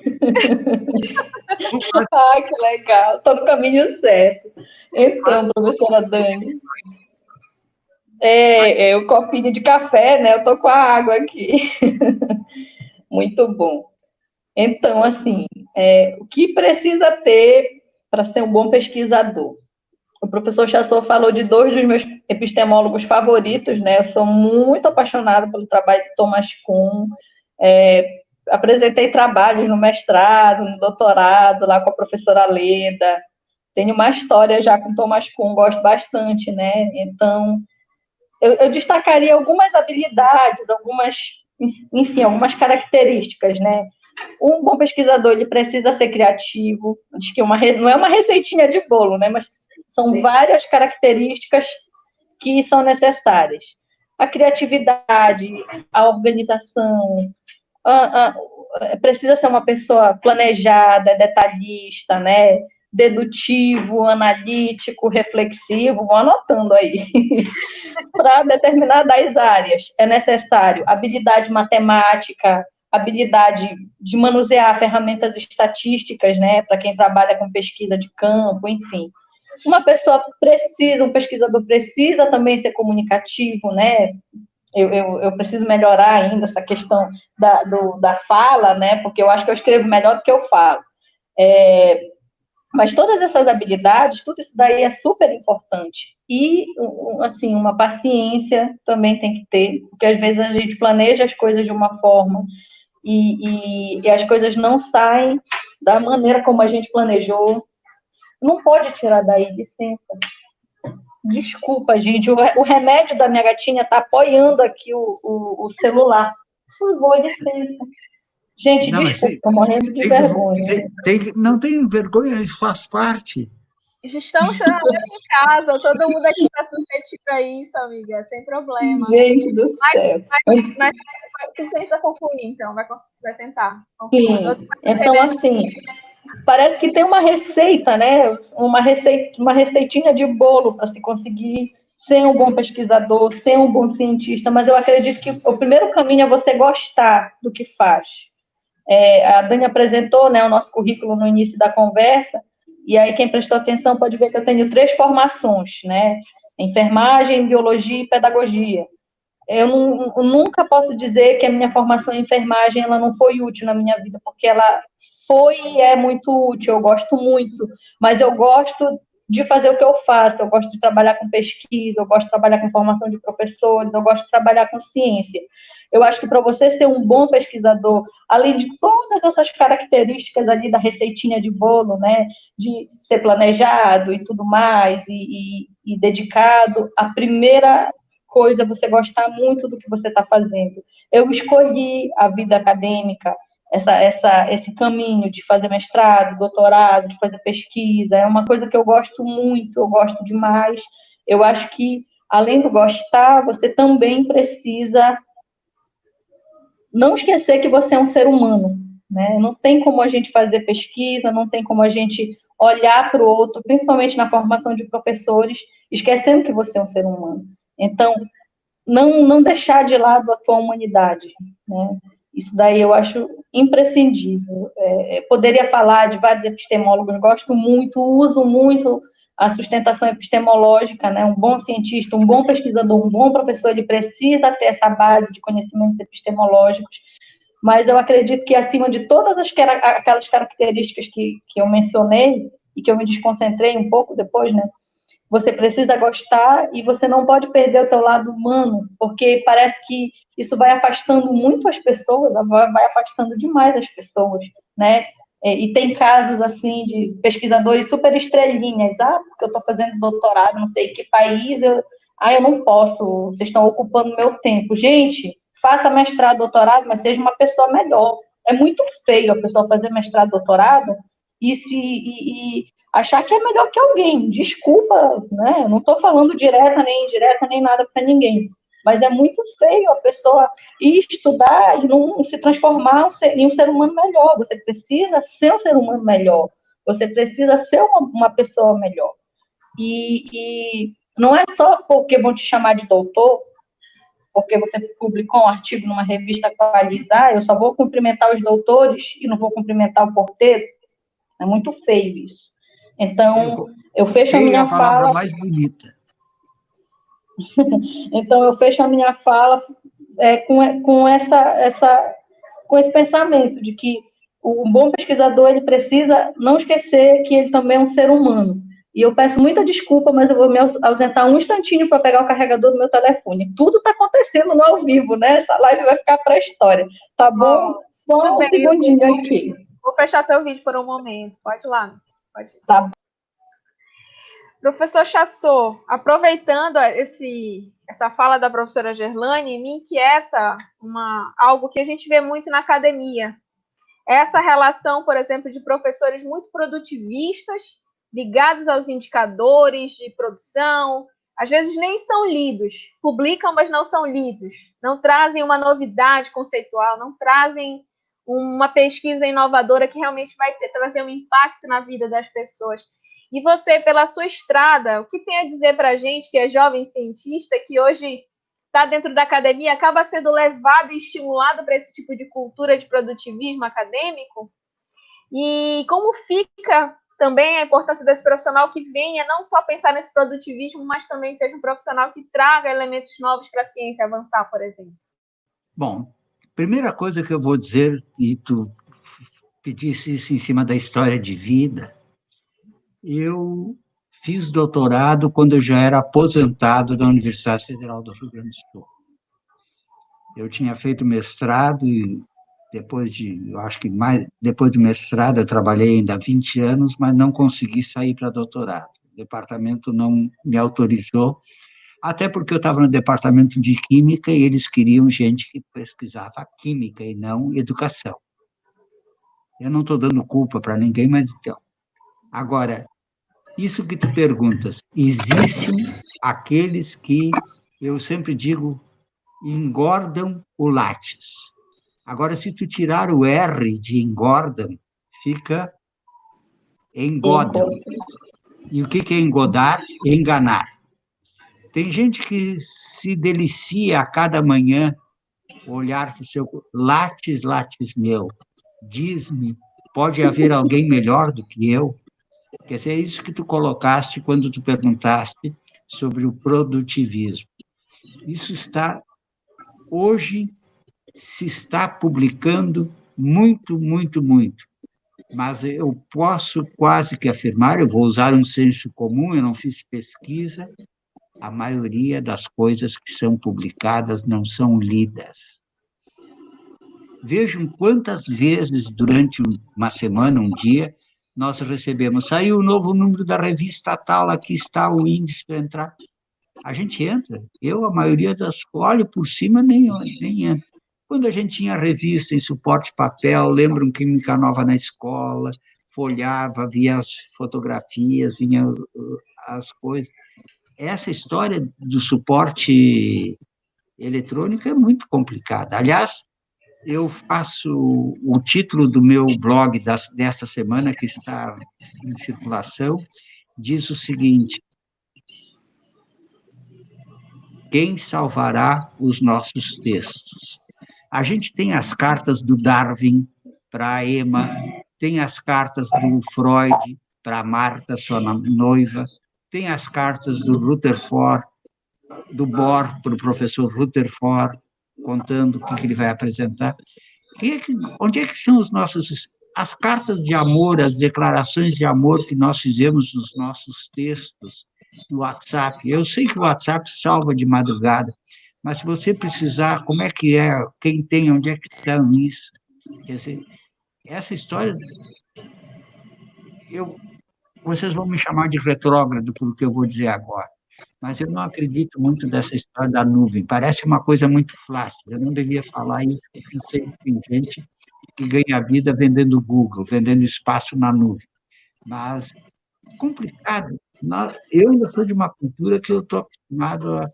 Pena que eu não posso mostrar minha biblioteca, tem mais de 4.000 volumes aí, e de chegar, só ler as lombadas já me agrada, e eu não posso fazer isso nos poucos livros eletrônicos. Eu tenho alguns livros eletrônicos, no Kindle e outras coisas, mas é isso. Então, isso era só um parênteses enquanto tu ias alimentar o gato. Agora que alimentava o gato, que vinha ao... Sim. Vamos lá, vamos então para a nossa terceira questão, pergunta aqui que nós combinamos. Em seguida,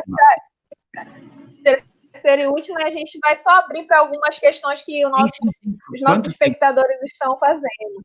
Nós estamos aqui com 1h e 18 minutos de live. Estamos já nesse tempo já. Vamos então, professor Chassot, para começar a sua fala em relação a essa questão. Que conselhos... A gente aprende muito com os outros quando a gente pensa assim na troca de experiências que a gente tem com as pessoas. Para você, por exemplo, que já passou por muitas fases da universidade brasileira, fases em relação ao seu fazer de pesquisador, quais conselhos você daria hoje para quem está no meio desse processo, ou está iniciando, está no meio, já está há algum tempo, mas pouco tempo em relação a você? Quais seriam o seu conselho para as futuras gerações de cientistas que nós temos aqui no nosso país? Excelente pergunta. E quando eu recebi hoje essa pergunta, pelas 14 horas, eu comecei a pensar o que eu vou dizer. E eu vou dizer uma coisa que eu já tenho dito recentemente, não faz muito tempo que eu digo Eu vou dizer 4 coisas que têm ordem de importância. A ordem não interessa. Agora, a primeira é a mais importante de todas.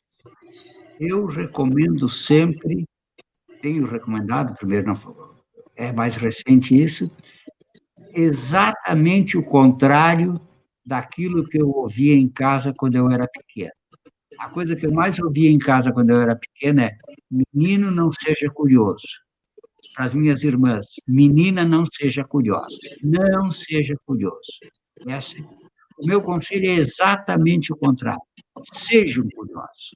Eu digo isso para alunos que estão entrando na graduação, eu digo isso no mestrado e no doutorado, eu digo isso aos meus colegas. Tem que ser curioso. Se não for curioso, não está em condições de trabalhar, fazer ciência, ou vai fazer ciência muito menos.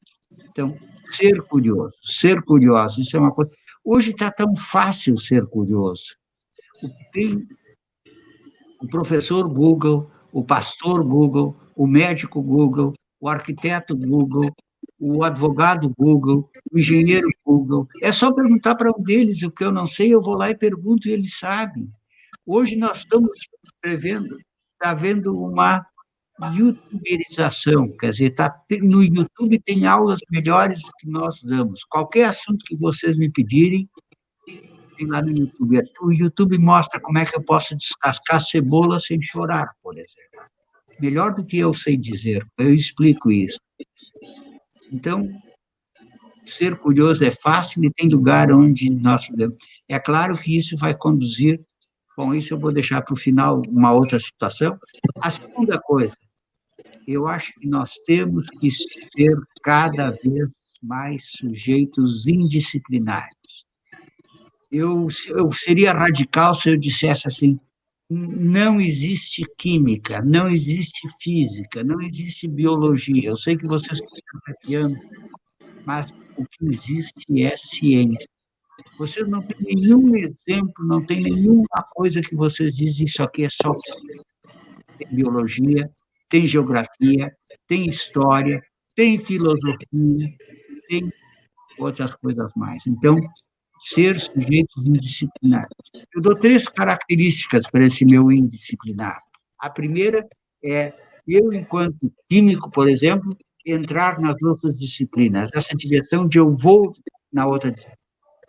A segunda característica, eu trago as outras disciplinas para mim. Então, eu me sirvo das outras. E a terceira é a negação da própria disciplina, lembrando que disciplina era o chicote, era o relho, o azougue, que as ordens religiosas tinham para se purificar. Irmã, 5 chicotadas do lado direito e 5 chicotadas do lado esquerdo, porque pecaste. Então, nós não queremos uma disciplina desse tipo, nós queremos uma negação dessa disciplina. Então, a primeira, ser curioso, ser curiosa. A segunda, ser cada vez mais sujeitos e disciplinados. Eu, quando me cumprimento, e esses dias aconteceu isso, até fiz uma palestra naquele dia, pelo Dia do Químico. Bom, primeiro, eu nunca fui químico, eu fui só professor de química. Só aí está mal colocado. Eu fui professor de química, mas não, eu nunca me inscrevi no CRQ, por exemplo, no Conselho Regional. Então, eu tenho uma história, eu digo, olha, não preciso, eu não sou químico. Então, essa indisciplinaridade, reconheci que nós somos professores de ciência. Hoje até existe uma ciência da natureza, eu acho que está bem posto. Terceira característica, ser homens e mulheres defensores da paz. Nós temos que lutar pela paz. A paz individual, aquela paz que hoje de noite, quando eu for encerrar o meu dia, eu vou dizer que bom que eu pude aceitar o convite da Michele da Daniele, perdão, e disse alguma coisa que talvez serviu para uma ou duas pessoas, valeu a pena. Então, a paz individual. A segunda é a paz social. Eu estar em paz com cada pessoa que está perto de mim, com os meus irmãos como eu acho que isso a pandemia trouxe de bem. Eu tenho conversado mais com os meus irmãos e minhas irmãs, com os meus filhos, com os colegas da universidade, com o porteiro do meu edifício. Esses dias o porteiro, voltasse, estava de férias, coisa boa, conversar com eles, são gente também. Eu não sou doutor, eu sou um professor. Então, isso aí. Então, a terceira paz, que é a paz mais importante, que eu vou colocar como quarta característica, a paz ecológica. E a paz ecológica é a minha responsabilidade com o planeta Terra e de... Não machucou? Tudo bem. Tá tudo bem. Eu vou voltar e dizer: o planeta Terra é um ser vivo. Nós estamos lembrando, principalmente, de como é que essa característica... Vejam que apareceu mais pássaros e apareceu mais coisas. Então, cuidar do planeta Terra. Então, isso eu coloquei na dimensão da paz ecológica e transfiro isso para a quarta coisa. Então, primeiro, ser curioso e ser curiosa. Segundo, sermos sujeitos indisciplinares. Terceira questão, sermos defensores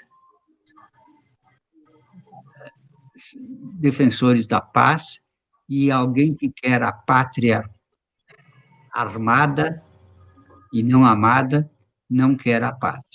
Quer dizer, temos que lutar, levar as nossas bandeiras contra o armamento que esse governo está propondo. Aquela história chega a me repugnar quando eu vejo ele fazer com os dedos aqueles coisa lá de dar o tiro e coisa, quer dizer, isso aí é uma coisa muito fantasticamente dolorosa. Então, nós queremos pátria amada e não pátria armada. Eu acho que respondi as 4 coisas que eu tinha proposto. Certinho. Professora Gerlane, agora quais são os seus conselhos para as futuras gerações de cientistas? Então, é muito importante tudo isso que o professor falou, né? E aí a gente acrescenta o reconhecimento do valor da ciência, né? Reconhecer que a ciência é fundamental. Mas a gente não vai conseguir ter esse reconhecimento social. A gente vê aí os índices de alfabetização científica, a gente vê a avaliação aí do PISA, que mostra que o nosso país está numa posição bem complicada em relação à alfabetização científica. Então, como fazer um país que mostra índices muito ruins de alfabetização científica reconhecer o valor da ciência, né? Então, tinha que ser um pacote de várias formas, de reformas educacionais, de políticas públicas, e aí você é muito mais qualificado do que eu para falar disso, né?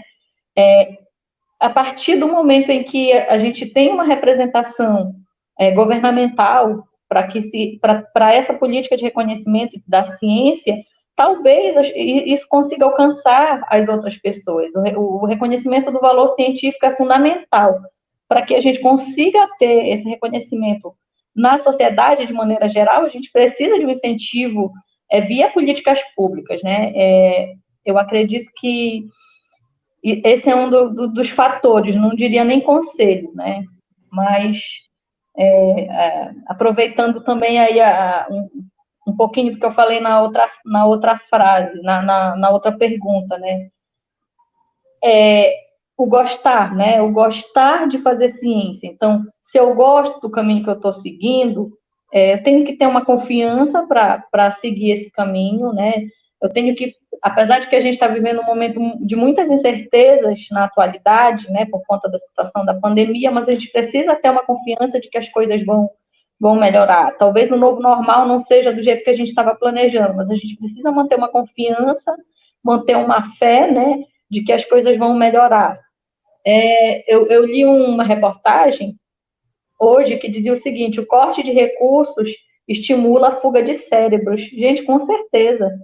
O corte de recursos, ele implica muito na perda de grandes cientistas, né? É complicado a gente conseguir fazer ciência sem recurso.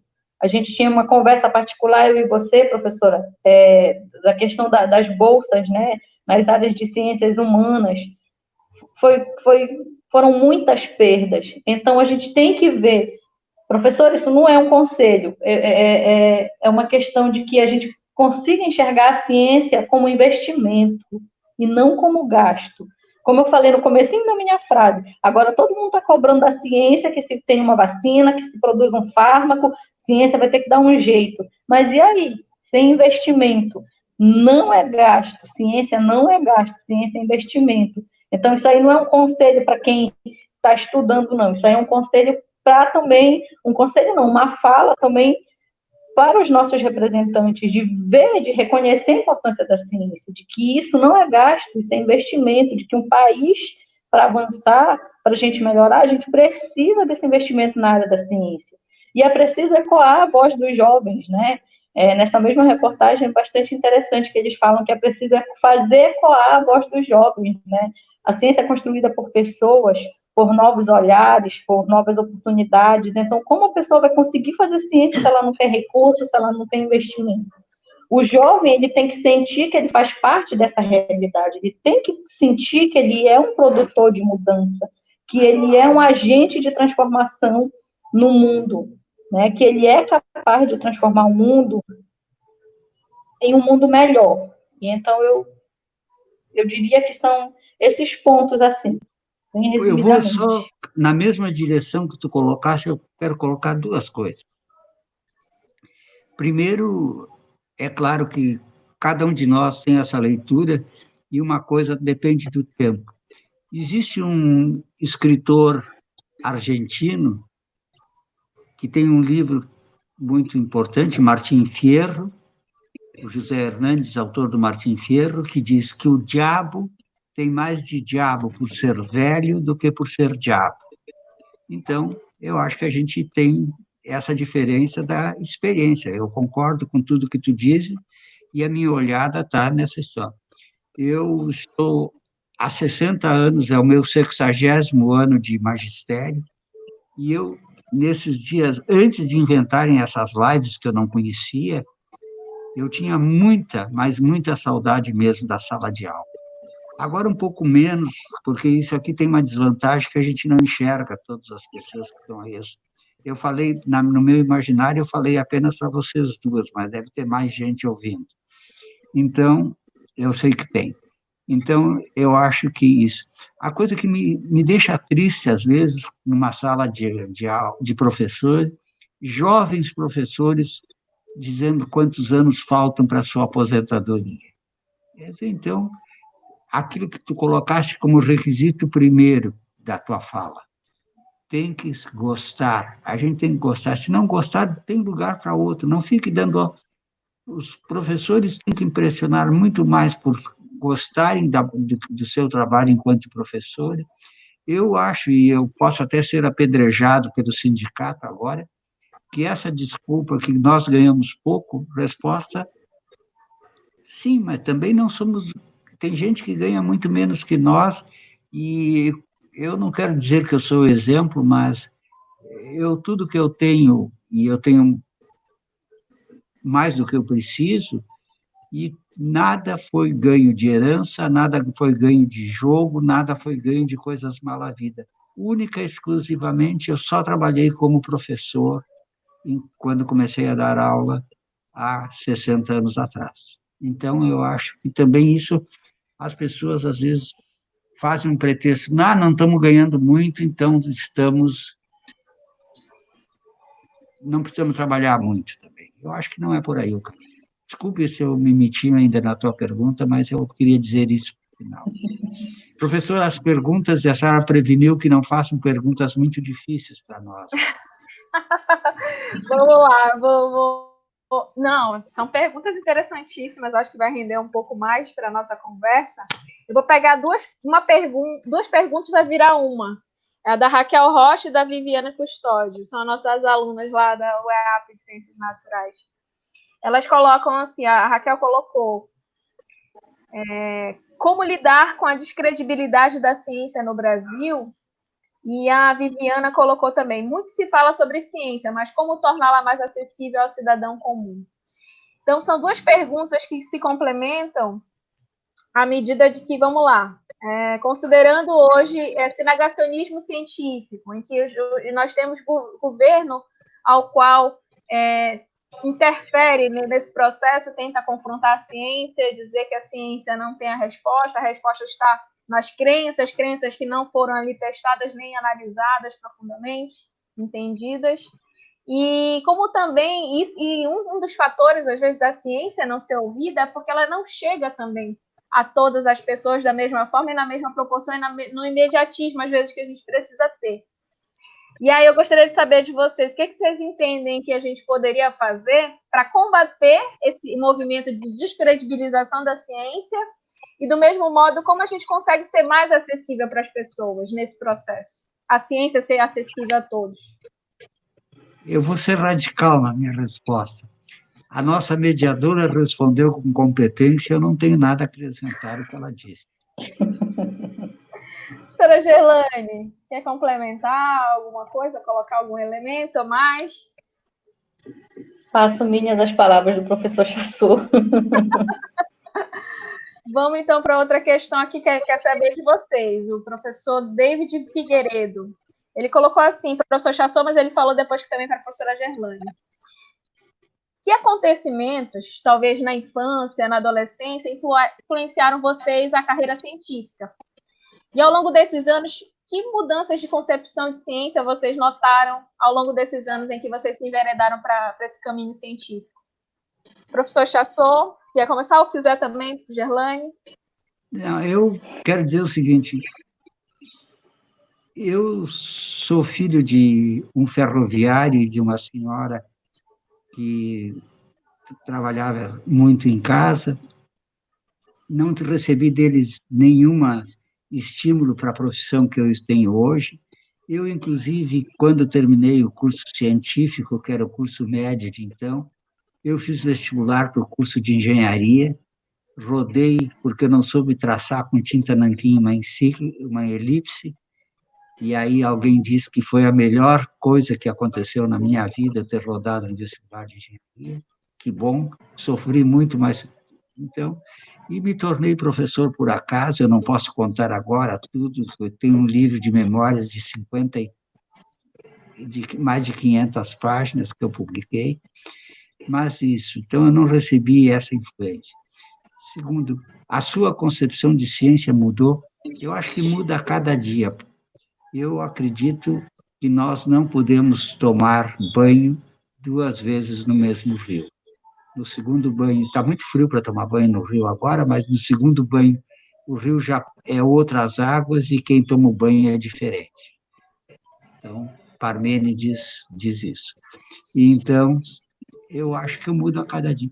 Eu me lembro quando eu comecei a dar aula no curso científico, eu comecei dando aula no ensino fundamental, mas depois eu, às vezes, usava em química geral uma reação orgânica para explicar equilíbrio químico.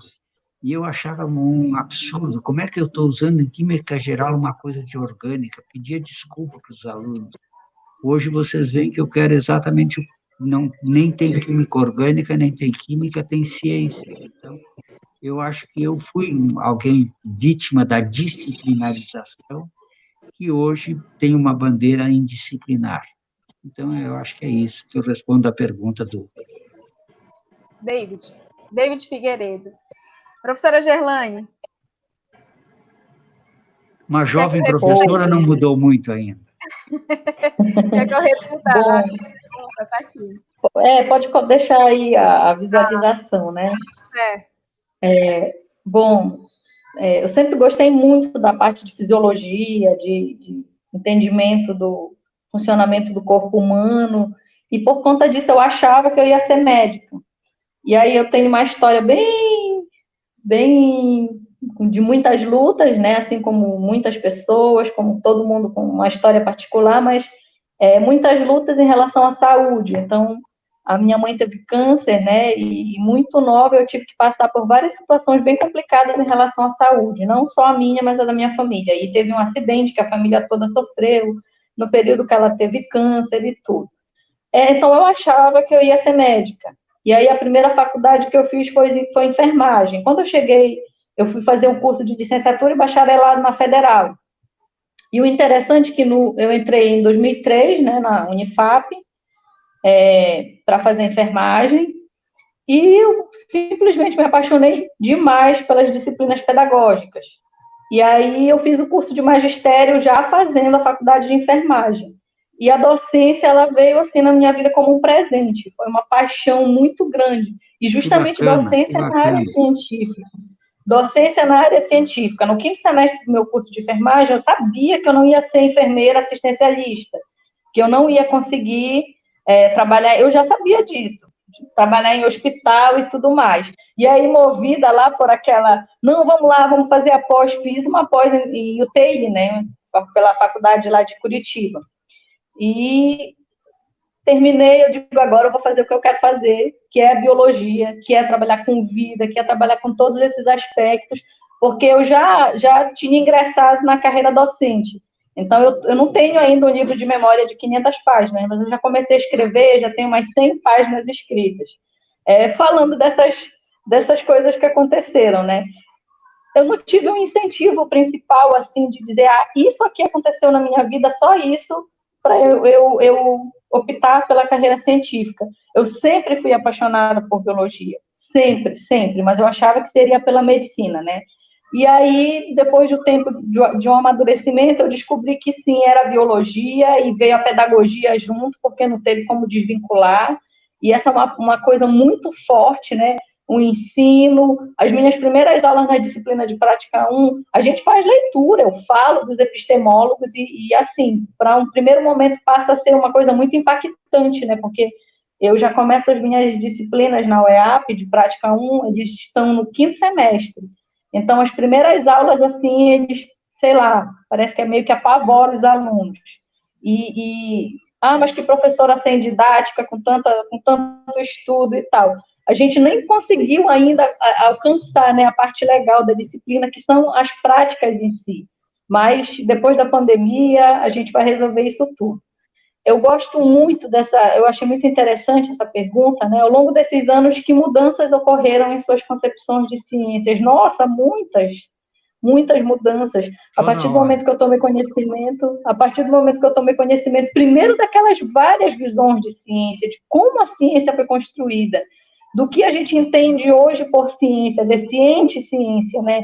Como todo esse processo, nem tinha esse nome de ciência, né? Ciência tinha um outro significado.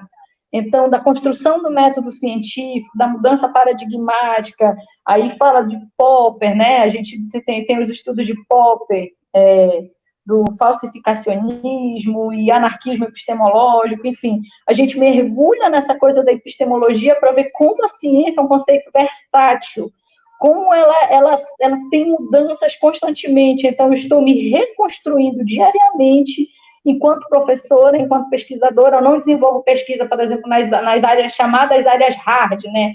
Eu não trabalho com essas coisas chiques de PCR, de microbiologia, porque essas são áreas aplicadas das ciências, né? Apesar de eu achar tudo muito lindo, eu acho maravilhoso, perfeito, né? A biologia, ela é linda, a física é linda, maravilhosa, a química, né? E aí vem a matemática para complementar. Eu sou péssima de matemática, tá? Tem um nome matemática lá no meu diploma de mestrado e doutorado, mas eu sou horrível em matemática. Mas ela é linda, é importantíssimo a gente conseguir compreender a linguagem matemática para a gente compreender a linguagem da ciência de uma forma geral.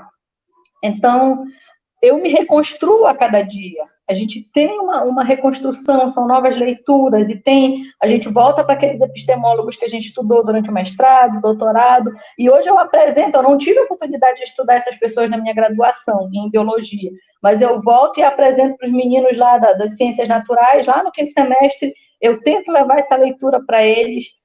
Eu falo para eles, para vocês serem bons pesquisadores, bons professores, vocês precisam conseguir entender como se construi esse conhecimento científico, porque é muito fácil eu chegar aqui e conceituar a ciência.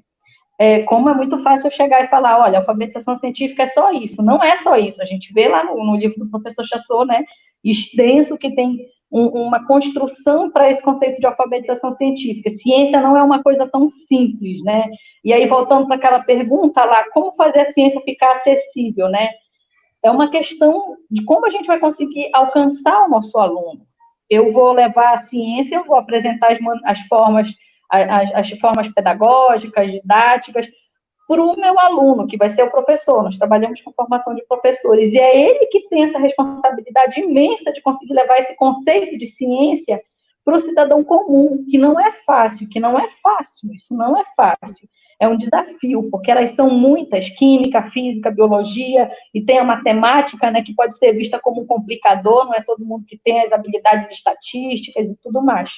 Mas a forma como eu apresento esse conhecimento para o meu aluno lá da prática, lá na didática, lá nas disciplinas pedagógicas, e aí a gente tem muita reclamação, né? Eu não gosto da parte pedagógica, então vai fazer bacharelado. Tá? Tu está numa universidade, sabe que o curso é licenciatura, não gosta da parte pedagógica, não gosta de pedagogo, porque ainda tem toda essa questão, né? Tem gente que não gosta de pedagogos. Pedagogos são importantes, tá? Não venha ser cri-cri pro meu lado, não, que eu respeito muito a questão da pedagogia.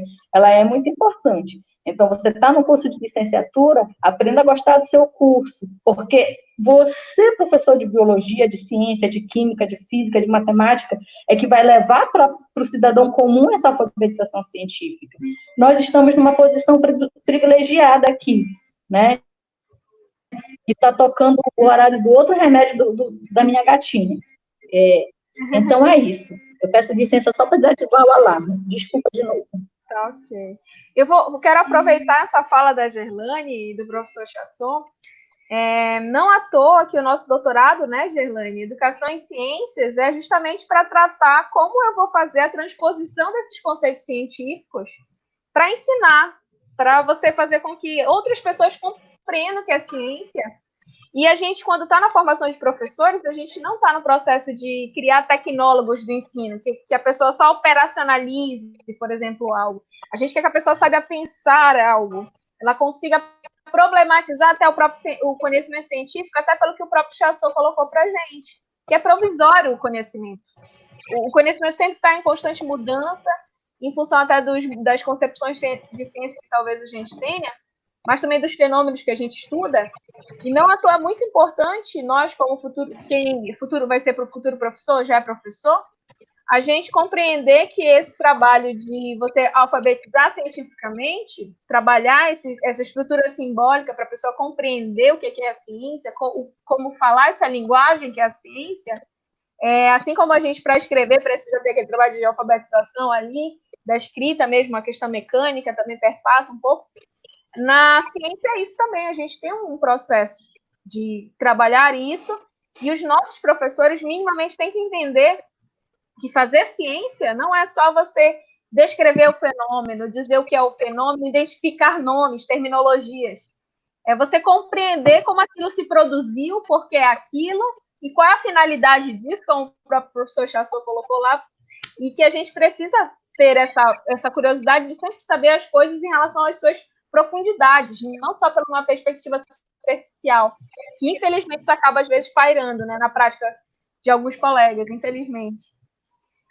Mas temos mais uma outra questão que eu vou colocar aqui, do professor Rosivaldo, que ele coloca assim: como a alfabetização científica pode tornar nossos alunos críticos em meio a uma educação que valoriza massivamente o método de testagem? Principalmente aqui, eu acho que ele está falando a respeito dessa avaliação, né? Que a gente só quer medir o conhecimento. E o que vocês têm a falar sobre isso, professor Chassot? Eu acho que pôr em prática essa série de coisas que nós falamos desde as 19 horas até agora, 1h e 48 minutos, nós não fizemos outra coisa do que dizer isso. Então, eu sei que ainda deverá ter outras alternativas. Eu gostaria de encerrar a minha parte com 2 tipos de colocação. A primeira é dizer que eu tenho uma página, www.professorchassot.pro, não é .com, .pro.br. Nessa página vocês podem acessar o meu blog, que foi dito pela professora Daniele a cada sexta-feira, já há 14 anos, e tem uma livraria virtual onde vocês podem encontrar 6 dos títulos que eu estou em exercício, e outras informações sobre quem foram os meus mestrandos, os meus doutorandos e outras coisas mais. Mas eu considero que hoje nós tivemos aqui de noite uma aula de quase 2 horas, e uma boa aula tem tema para casa. Eu vou deixar uma pergunta de tema. Eu queria que cada uma e cada um que nos ouviu essa noite, onde nós defendemos que devemos procurar ser curioso e ser curiosas, ter atitudes indisciplinares, buscar cada vez mais a paz social e a paz individual e ajudar a cuidar do planeta. Como é que nós vamos fazer nesses tempos de tantas esperanças e desesperanças para que cada um de nós contribua para que tenhamos um mundo mais justo e um mundo melhor? É só isso aí. Professora Gerlane, também vamos para as considerações finais, então. Certo.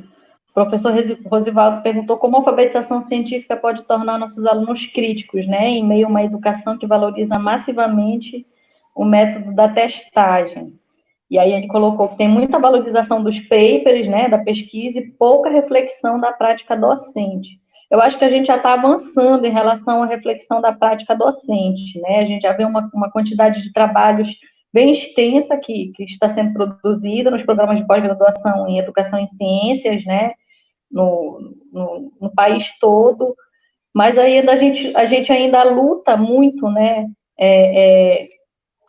com essa desvalorização das pesquisas na área de ciências humanas, né?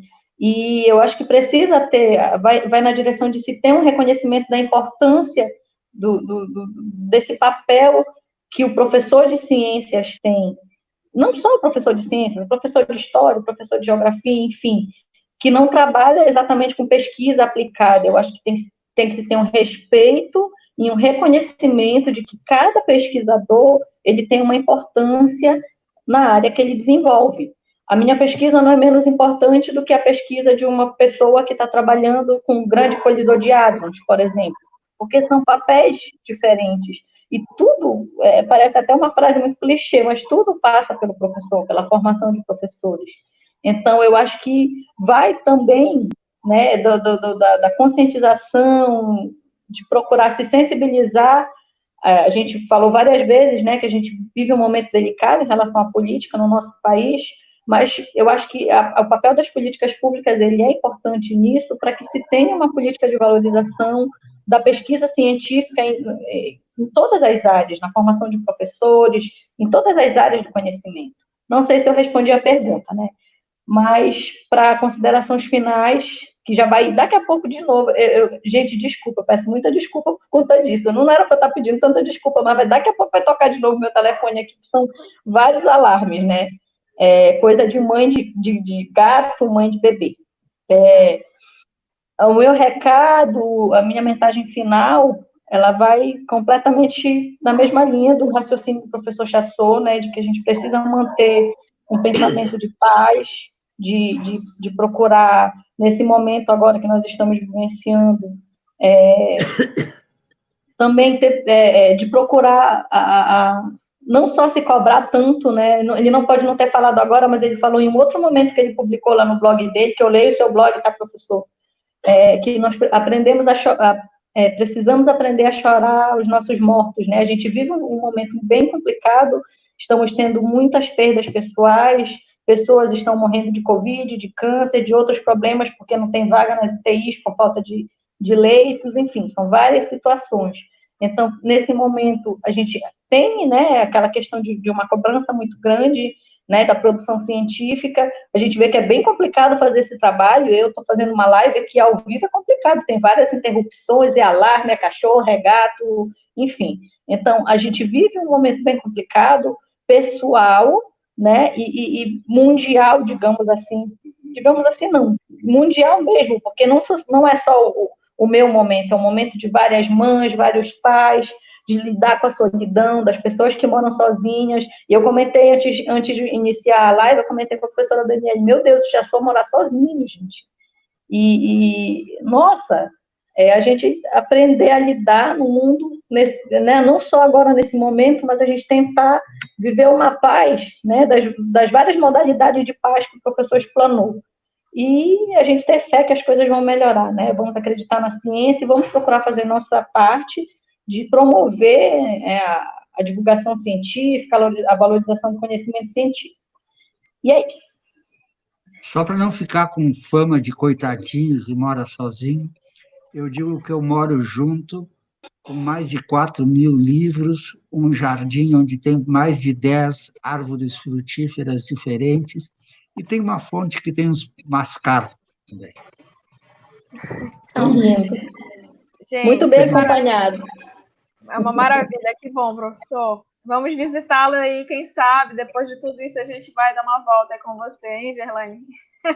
Sim. Desde já, agradecer a vocês, a todos os nossos espectadores que participaram da live, que tiveram essa interação com a gente. Agradecer principalmente ao professor Chassot, que prontamente disse sim ao nosso convite, a professora Gerlaine também, que não mediu esforços para estar aqui nesse momento com a gente. E que esse é um momento muito rico de troca, de falar de algo que é o que a gente faz no dia a dia, que é fazer ciência, desenvolvendo esse trabalho pela docência. Então, é muito rico estar com esse momento aqui de conversa com vocês e a gente poder proporcionar isso às pessoas que estão em casa hoje, acompanhando a nossa live. Então, é um material muito rico que eu quero estar divulgando, a gente vai ver que se coloca no canal da universidade. Mas faça edições, por favor, viu, professora? Faça já edições. Pode deixar.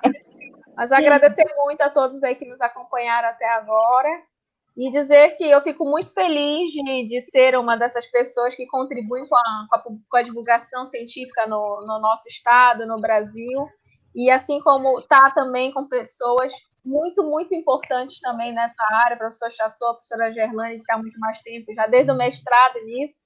Entrei no doutorado só nessa discussão, e que é uma discussão que me encanta, que de algum modo eu abracei também para minha carreira, e que hoje nesse dia especial, que é o Dia da Ciência, Dia Nacional da Ciência, não tinha como a gente deixar de falar sobre isso.